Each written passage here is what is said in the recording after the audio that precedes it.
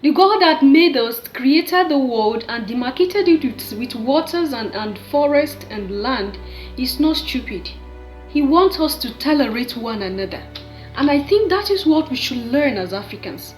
You know, when you listen to these persons that travel out of Africa and then they tell you that when you are in an environment where everybody is white and you are the only black person, and then they begin to look at you like someone who does not deserve to live, then you come back to your continent, you come back to your country, and then you begin to appreciate the presence of one another. As a Kenyan, do I sincerely love my brothers in Nigeria? As a Nigerian, do I sincerely love my brothers, the Ghanaians? These are the questions that sometimes we should ask ourselves. Because we are of one color, we are blacks.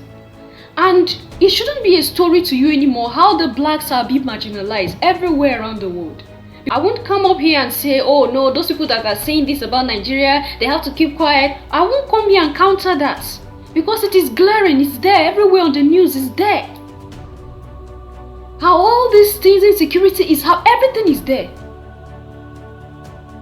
People have no feed, is it infrastructure you go for? So we should tell ourselves the truth, there's a lot of things going wrong here. You know, sometimes when I get on the line, I'm coming, just listen to what I am saying right now. You know, sometimes when I get on YouTube, I begin to see travel vlog, Nigerians running away from their country. And some of us are here making mouth, Nigeria is good, come and see, we have buildings, we have what. As a Nigerian right now, if you tell yourself that Nigeria is doing well, nothing is wrong, then I think something is wrong. I'm sorry to say. Because when we look back to see what our forefathers fought for, then we ask ourselves, what is really going on now? We are greedy. We are greedy. Our leaders are greedy. Look at our children at home for almost 7 months. 7 months now. Till date, the government have not settled ASU. They are still here. They'll drag themselves here. They'll drag themselves there. Okay, we are giving you this. ASU will say no. Look at the way we have become. And these politicians, their children school outside. Why can't we school in our country? Is something wrong? That's just to say we are even attesting to the fact that something is wrong. That is why we are going out. This was not the Nigeria of then. When Nigeria was called the Giant of Africa, there was a reason why Nigeria was called the Giant of Africa. You know. Ghanaians got their independence in 1957. 3 years later, Nigeria got her independence in 1960. And then 3 years later, Kenyans got their independence. Right? I'm talking about Kenya, Nigeria, and Ghana because we are fond of talking about Kenya, comparing Nigerians with Kenya, Ghana, or comparing Ghana with Nigerians and all these things. And then we are also almost together, right? We are neighbors, right? Now, after this independence, a lot of things happen in each of the countries. If you will ask our foreparents or you recheck history, you see that they were rising and falling. There were times where things were shaking. There were times where it's like we're not going to succeed. Have you heard of the famous Ghana Must Go? The secret behind that Ghana Must Go, have you heard of the story or we just decide to close our ears to it? Do you know that same thing history is repeating itself today? Ghanaians are the ones deporting Nigerians that are living in their midst. Now, they pursue them off. And this was the same thing that happened many years ago. To the point that the verdict was given that if the Ghanaians do not leave, they should be arrested. And here are some of the little, I'm just going to brush through history so that we think back and see that some of these things has happened and it's going to happen again if we do not look for a lasting solution to whatever it is that is on ground. Instead of going around and comparing or getting angry that they say you are not growing, they say you are this and that. Instead of doing all these things, let's look into ourselves as Africans. Let's look into our countries and see. Instead of running off. Today you see Canada vlog, America vlog, everybody's running to America and Canada. What if they deport everybody from there?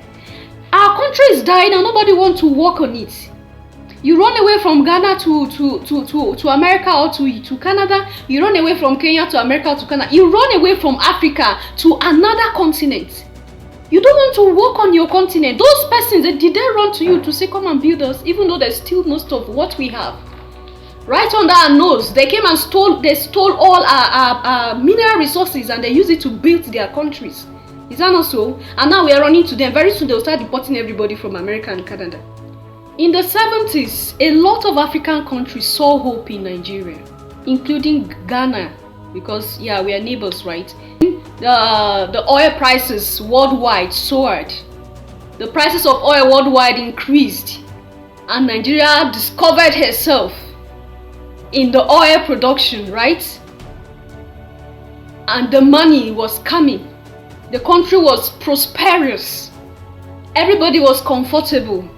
And so, Ghanaians, on the other hand, were not finding it easy. They were also almost like us now.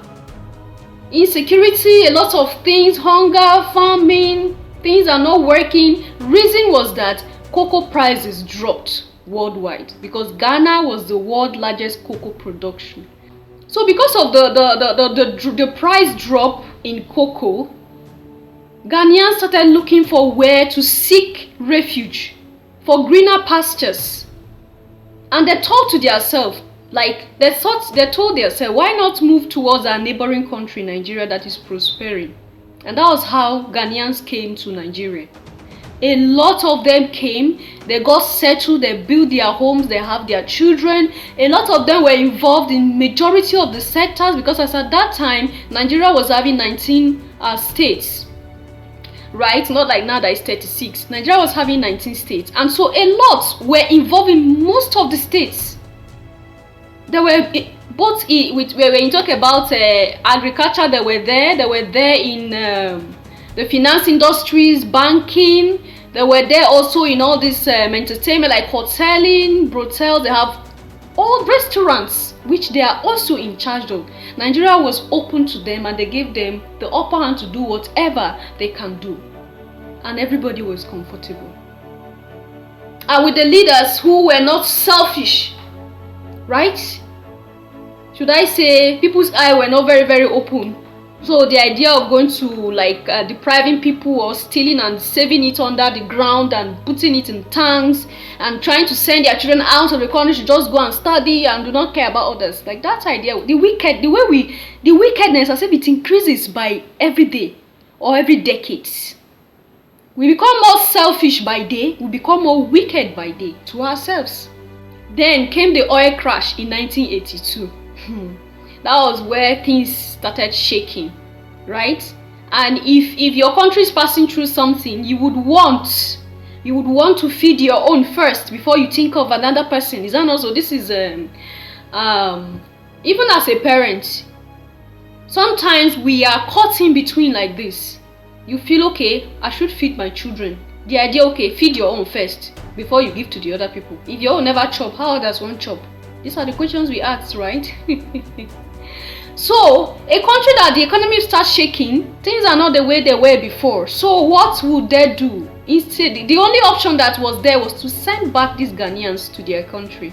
That if they do not want to go, they should be arrested. Anybody that refused going should be arrested. And that was how the famous Ghana Must Go was born. Because a lot of persons had to start looking for where to pack their things inside. Right? To pack their things inside, to fit in their things. If the bigger ones were produced, it was everywhere. So from that day on, the name of that bag was called Ghana Must Go. Ghana must go. And reverse is the case now. Ghanaians are telling Nigerians must go. So by the time Nigeria comes and tomorrow we say Ghana must go, is this how we keep treating each other? Anyway, some persons will say you are selfish, you are just talking of your own. No. Let's look at this thing from the direct perspective. Let's not be biased. The same accusation Ghanaians are giving to Nigerians, right? It's the same accusation the Nigerians placed on Ghanaians. That they are the reason why insecurity, insurgency, what and the rest of them, prostitution in the country, things are getting worse because of the Ghanaians. And that was while that verdict was given that Ghanaians should leave. Things are becoming bad. Now Ghanaians are saying Nigerians are the ones coming to spoil their country. I think there was one YouTuber that was saying that, I think I watched that video, that Ghanaians are scared that Nigeria might override them in the times of business because Nigeria does good business. And I was like, in my mind, I said, there's no point overreacting. There's no point getting too angry, because this thing is like, we have done it, and they are now doing it. A lot of our doctors are in America. The US government have captured them. They've given them nationality. Those kind of people, they will not let them go, because they know that they are good at their work.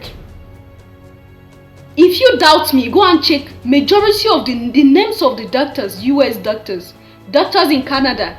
Check their name. Majority, you will see 5, 10 in a row that are Nigerians, that are blacks. We have refused to see the good in our brothers and sisters. We only sit and compare each other. We insult each other everywhere on the net. We do not want to see the goodness that we have in us. And these people are coming to steal from us right before our eyes, but we cannot see it because we hate ourselves. They are taking advantage of the fact that we do not love one another. There is no brotherly love, so they are taking advantage of that. You have citizens that are intelligent, that can do things. You don't want to take care of them. Other people will see and come and pick them and start using them against you. This is how we have become African. This is how African have turned into. Out of selfishness, wickedness, greed. And then we sit every day and what we do is to insult each other. When the governments are killing us, because it's not just in Nigeria, it's just that it's quite unfortunate that we are in this situation right now, but we're going to scale through, right? The African leaders are killing their citizens in one way or the other. They are destroying their citizens. They are sitting down, and before their eyes, the Western world are coming to pick the goodness that they have, and they go away with it. Sometimes the leaders are the ones that even sell us out.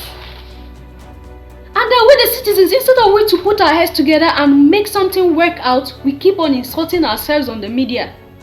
We refuse to accept the fact that, okay, if we are wrong, we are wrong. We keep on looking for excuse to cover up. Okay, you said this, I'm going to show you that this one is like this. There's what we call what do they call it? This criticism, forgotten the name.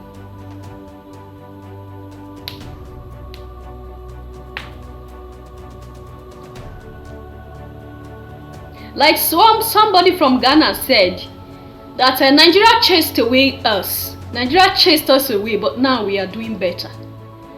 Is that not so? Because when Ghanaians were sent back, they had to struggle by themselves to make things work for their country. That's when their eyes opened. Where is your own is your own. But it's quite unfortunate that we are all Africans. If Shehu Shagari is today alive and present, he will be so ashamed of the country that he left, of the country that he ruled. He will be so ashamed that Nigerians are now in other countries and they are sending them packing back home. He will be ashamed. As a Nigerian, as an African, okay, let's say as a Nigerian, are you happy with the state that Nigeria is today? If you're happy, leave your comment there. Just leave your comment and say, yes, so I'm happy the way the country is. There's no problem. We are living very well. There's infrastructure, there's good education, there's what. Leave your comment there if you're okay with it. As Africans, do we really love ourselves as we preach with our mouth? Leave your comment there. If we really love ourselves, we are the one bullying ourselves now on the net more than the white. So leave your comments there at the section. What do you think is the way forward in Africa? What do you think we should do in all these problems we have? That we can't love ourselves, we can't live together, we can't, a lot of problems. Leave your comments there at the section below. And then I'll see you in my next one. Thank you so much for watching. Do not forget to subscribe to the channel to be part of the family. And then hit the notification bell so you get notified whenever I upload new videos. Bye.